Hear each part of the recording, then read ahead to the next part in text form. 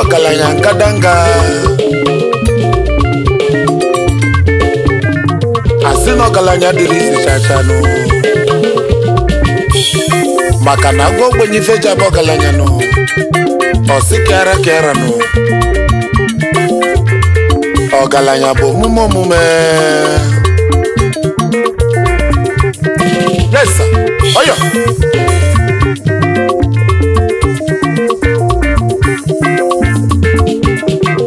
Ado Ogaranya ngadanga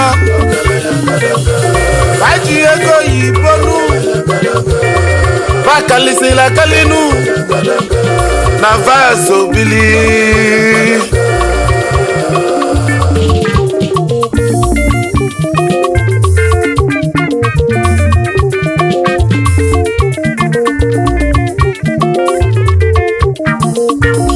Ego netili ndo Ogaranya Na vaso bili Ego netili ndị odogwu ndị odogwu na vaso bili anyị jebe n'ime obodo anyị bata na n'Igbo anyị kwudelu ndị Ogaranya ngadanga Ezenu ndị Chukwu gọzila gọzinu Ezenava bụ ike Ezenu ndị gbalụ mbọ Chukwu wee gọzie fọnụ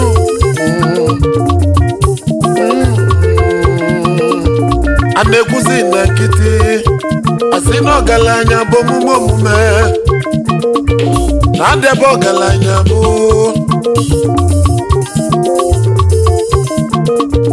Banwelu milimili, banwelu bilibili, banwelu tao. Bobata n'ime obodo enwe banwuli.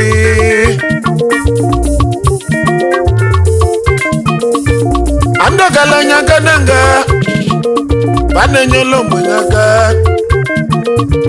Bana fuzu n'ụmụ mgbenye, bana ejuju afọnụ. Nenu na vaso na kalisia. Ego keji akalisi oji ego ji okwunu ozigwe ego bụ ma nwoke yes sir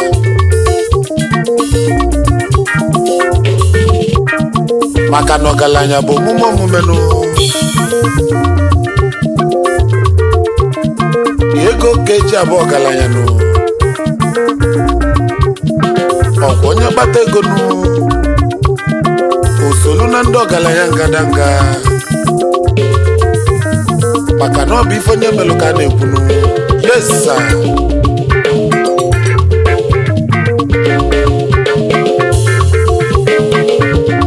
ndị Ogaranya na-ekwu ekwuba fabụ ndị oche wetenu fanụ mba dị iche iche fanọz Afrịka fanọz Europe Panos America no Asia kafa bizebi maka na fa bụ ndị Ogaranya ngada no ndị kpatalego Igbo no Kabulegu mu kenezo mo odogo onye ji mala obodo bịa kenelio Chief Emis Ike ọhaneze ndị Igbo na Dakar Senegal Ikenga ndị mgbagbu ụwa Chairman Dakar Importers CEO Abana Autos Mercedes-Benz Importer and exporter of all kinds of motor spare parts Dakar Senegal Agu Nation by one Opulune Nuku State Ezomogo danu Senegal kibize binu Eba fuki na tuakai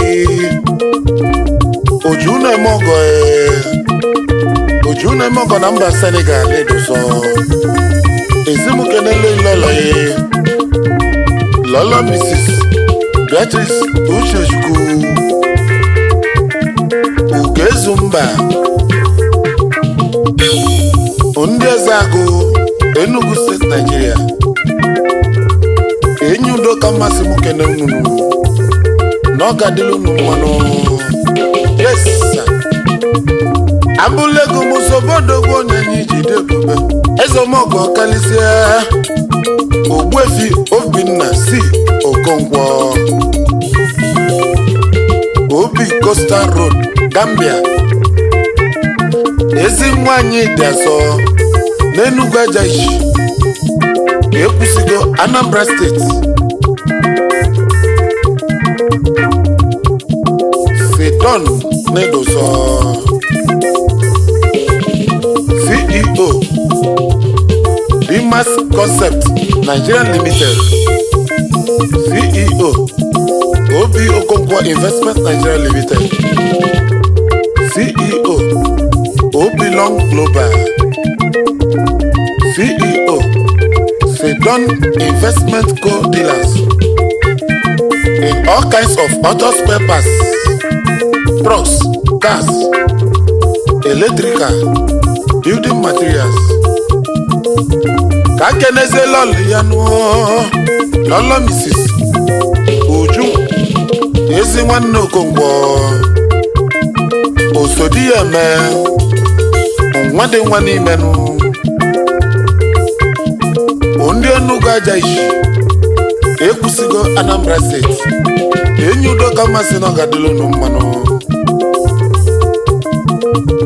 Abụlego m sobodogwu ụmanwụ pụlapụ n'ume ekene High Chief Obinna Tochukwu ihe bụ Obi Kubana adresị ndị ọba niile Chief Executive Officer Ibiza Club. CEO Kubana Hotels. Abukene lọlị ya n'onyonyo lọlọ Mrs. Ebele nwiye bunu na ọ ga-adịlị gị mma. Ndị ọba n'ide mmiri Anambra State. Enyi udo ka mmasị m kere unu. Abụlego m wejebenu Akene High Chief Dr. Emeka Okonkwo nwata na yeze one money ọbụlụ na nuli. CEO 5 Stars Music. CEO Borisa Nigeria Limited. CEO Yomi Cargo and Shipping Services Nigeria Limited. CEO Mary Merit International Limited. Kakene lọlị ya lọlọ Mrs. Juliet Okonkwo Onduli Iyala Local Government Anambra State. Enyi udo ka mmasị na ọ ga-adịla unu mma.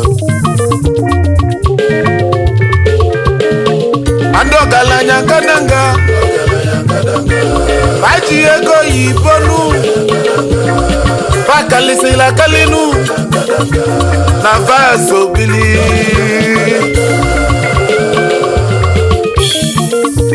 Abụlego m sobodogwu ọgaranya ngadanga mi sobilio. Chief Innocent Kenechukwu Kenzo Cash Money Kenzo de Paris Chairman Chief Executive NK International SAR Fashion Designers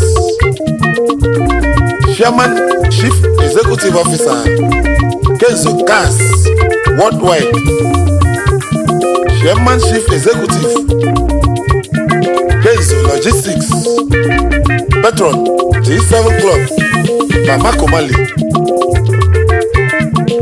Zimu kene lọlị ya lọlọ Mrs. Marian Kenechukwu Mama Chikanso Mezenu nwanyị obiọma ndị Nkwele in Awka South Anambra State Nigeria. Enyi udo m ka mmasị na ọ ga-adịla unu mmanụ. Ka mụ sobe n'odogwu Ezomọgọ na ọ ga-adịlị gị mma. Chief Joseph Ebere Ezokafọ Ekulobia first son, Chief Executive Officer, Jesco Nigeria Limited, Founder, Jesco Oil and Gas, Ezibonye Ekulobia Jide Bubeno, in Agwata, Anambra State, Enyudoka Masimu Kenai, Abulegu Musoven, Neno Dogu, Mr. Izuchukweze, Chief Ogwefi, Eze Nwachina Melo, Crown by Ndi Nukunia, Echili Echichi, Ndi Nukunei, Nabachili Echichi, Keduni Fechilo Dogu, Eze Nwachina Melo, Obuluna 7th of January 2020 Kechili Echichino Ndi Kunei na Fafule Nanya Makalanya Neliegi Yenu Onenwobia Nguli Founder and current President G7 France Club Bamako Mali CEO Izubest Global Estate Nigeria CEO Izubest Enterprises and Izubest Estates CEO Izubest Lodge Oko Anambra State Nigeria CEO Izubest Importer and Exporter of Owo Sino Truck Chinese Truck Parts CEO Izubest Importer and Exporter of Best Brake Lining, Best Brake Parts. Kankene lol yanu, lolo Mrs. Chibuzo, Kasi Yochukwese, Edi Kacholu wanyo manu, Mama Mimi eze, Mamo Lise Mekeze, Unde Ekulobia Anambra State, Nigeria, Ozikwa Malikunu Bizebe, Enyudoka Masimu Kenunu. Neno Nyanyi Jibilinu, Honorable Collins Chukwukerosi Obuweruzo, one of Ashimbieri, CEO, Lake Service and Perfect Lake Limited, London, United Kingdom, CEO, Imperial Oak Preparatory School, London, United Kingdom. Asimu Kenelol, First Lady, Wanyoma, Shizi Odo, Chukwukerosi Wanyi Mobidia. Asimu Keneliano, His Excellency, Right Honorable, Emeki Edioha, former Imo State Governor, Yana Loleano, Lolo Mrs. Eberi Edioha, former First Lady of Imo State, Nigeria. Mundi Bitolu, Imo State, Nigeria, no Gadelu Numa. Enyudo Kamane Kenuno. Venu one rep, oh, Onyanyi Jidep, George. Good luck, Mashuku. G Baron, O Meprumo when you won. Nala Shimbieri. Akanyera Shimbieri. Umiri Noko. Nala Shimbieri. Ojule Moko. One Nashimbieri. CEO. Empire Long, London, United Kingdom. Eba na eringware, eba na arachasiaka, eba na esiri ndị shia, eba na esiri ndị iche. CEO, Speedlink Services Limited, London, United Kingdom. Onyoma na na all kinds of foreign exchange such as pounds, euros, dollars. Simu kenelol yano esi nwanyị ọfụlụ n'anya lolo Chichi Priscilla Nwachukwu ọdụkọ na mba niile ndị bi itoolu Imo State Nigeria enyi udo ka mmasị na ọga dịlụ nụ mmanụ andị ọgaranya ngadanga baji ego yibonu bakalisila kalinu na vaso bili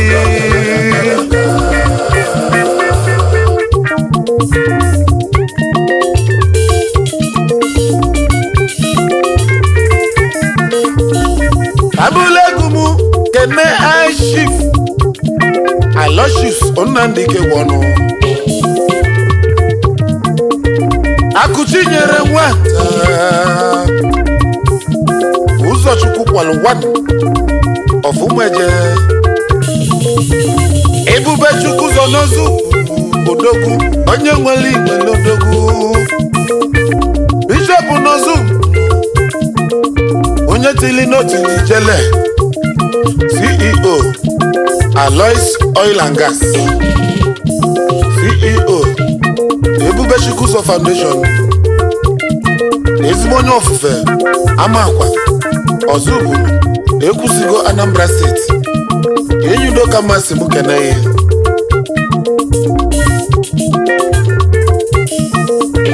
ka mbuli gbasobe honorable odogwu onye anyị ji debube honorable Onyebuchi Nnadi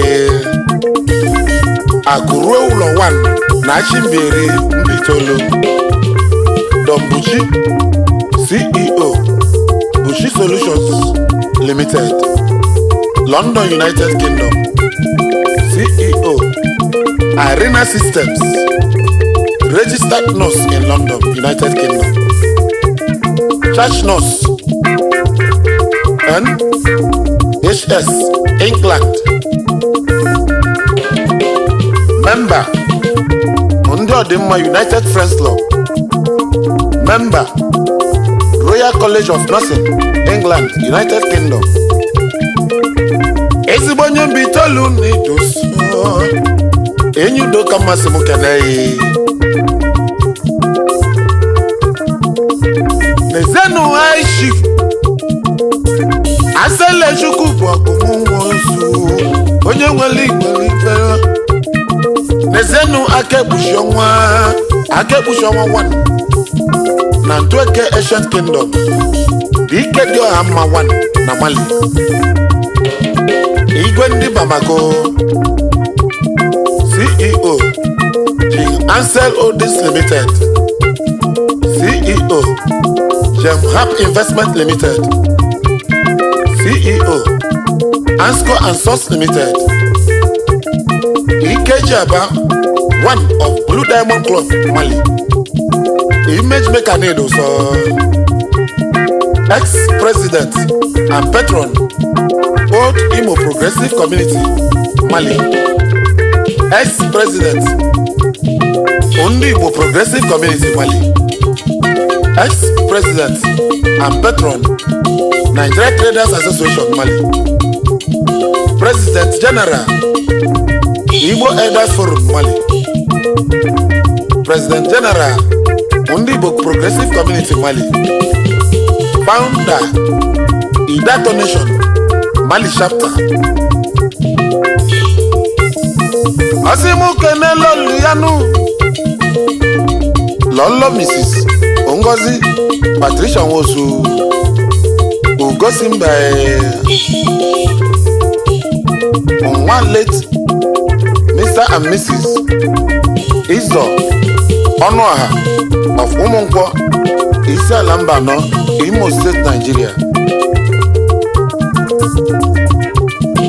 Ezibonyi Umuze Village Ogume Autonomous Community in Ntueke Ancient Kingdom Idato South Imo State Nigeria enyi udo ka mmasị m kene gị Abuligba Kenodogu Mr. Iwuze Uche Nelson Uche Mbaye Enyudo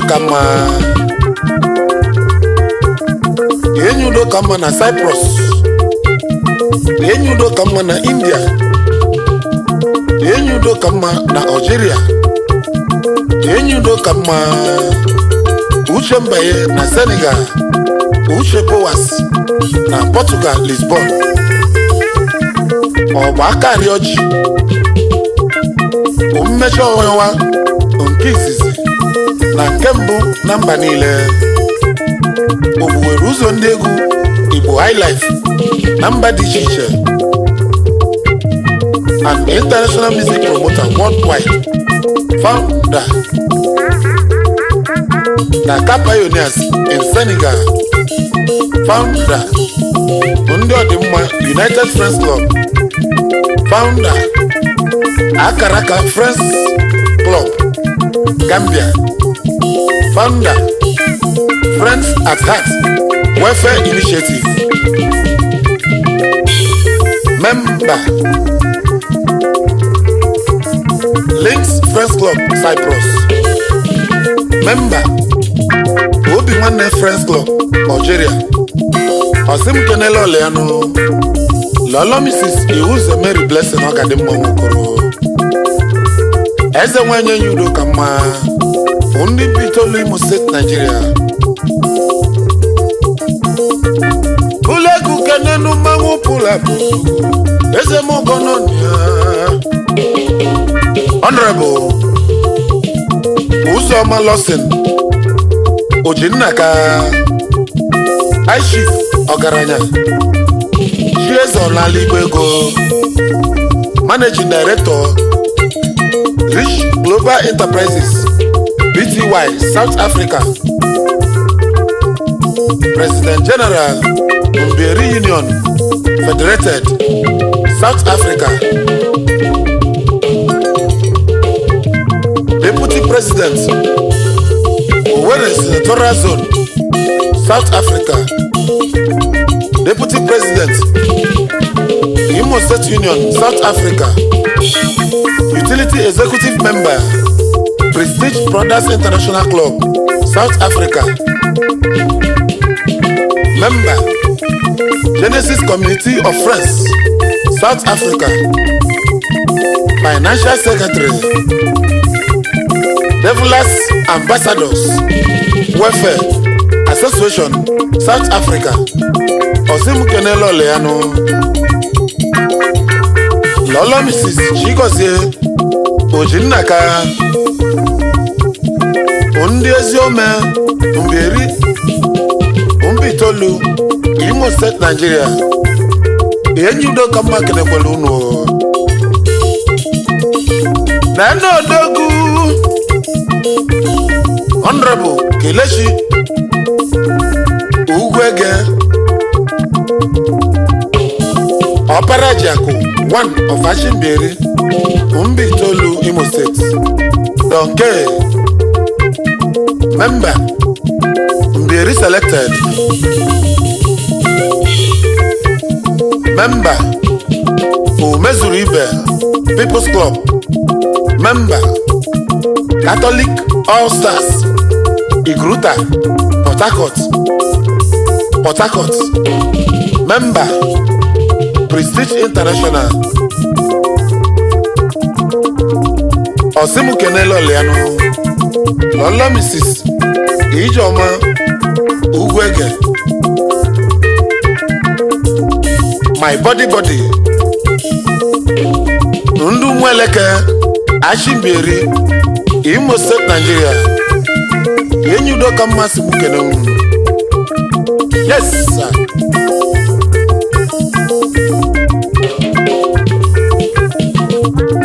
Ando Galanya Gadanu Nde Zomogo Nanu Navazulu Keme Nezenu Ndanyi Jibili Pajelumba Ninenu Paweluze Wekulikenu Robodo Malufanu ba wesolu na kalisia andi Ogaranya ngada andi Ogaranya ngada Ogaranya andi Ogaranya ngada